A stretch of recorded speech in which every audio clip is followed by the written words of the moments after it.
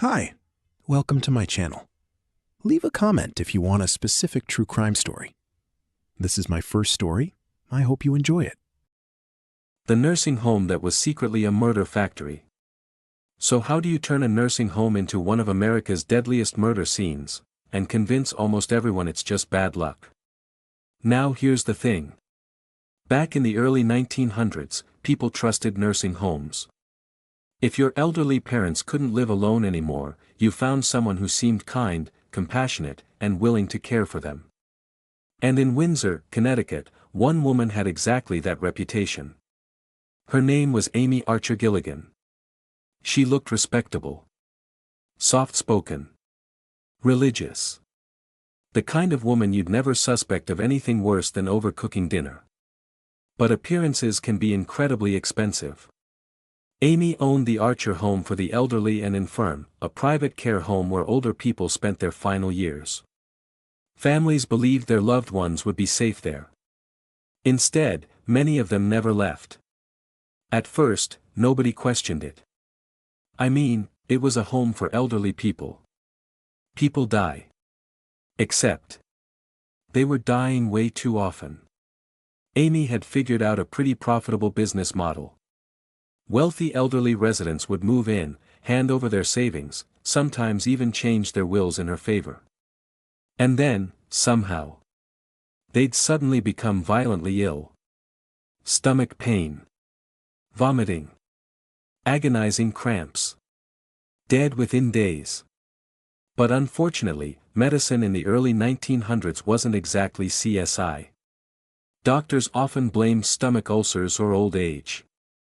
Meanwhile, Amy just kept cashing inheritance checks. Bro basically discovered that murder paid better than healthcare. And apparently, that still wasn't enough. One of her own husbands, Michael Gilligan, died unexpectedly after taking out a large life insurance policy that named Amy as the beneficiary. Convenient timing, don't you think? Still, nobody arrested her. Business continued. New residents arrived. More funerals happened. Families cried. Amy collected money. Rinse and repeat. By some estimates, around 60 people died at her facility between 1907 and 1917. Not every death has been proven to be murder, but investigators later found several confirmed poisonings and considered many other deaths deeply suspicious. And that's where things start feeling less like coincidence and more like a horror movie. One of Amy's residents was Franklin Andrews. Unlike many of the others, Franklin wasn't bedridden. The guy was healthy enough to spend his day gardening outside. Then almost overnight, he became violently sick. By evening, he was dead. His official cause of death: a stomach ulcer. Except Franklin's family wasn't buying it. His sister started reading letters he'd written before he died. In those letters, Amy kept asking him for money. Lots of money. And shortly after he handed it over, he was gone. Until one day, Franklin's sister contacted the press. Now police had mostly ignored earlier complaints. But newspapers loved this story. Articles began asking one simple question. Why were so many people dying in one nursing home? Suddenly investigators started digging. Literally. Authorities exhumed several bodies. And what they found changed everything. Arsenic. Strychnine. Poison. Not tiny traces either.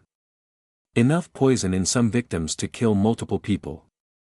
Then investigators looked at Amy's shopping history. Turns out she'd been buying large amounts of arsenic. Her explanation: oh, it's for rats.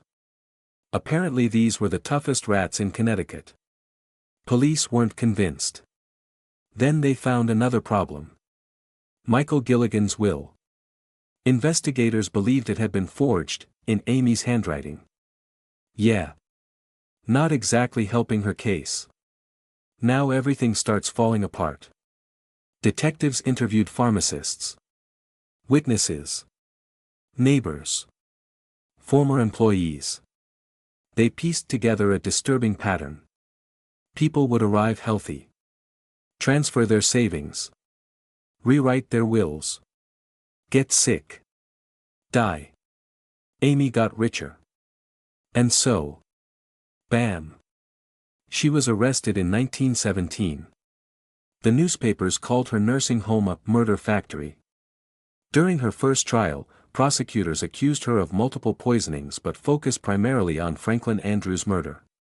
The jury didn't take long. Guilty. Death sentence. Game over. Except. Not quite. Amy appealed. The conviction was overturned because of legal errors, so she got another trial.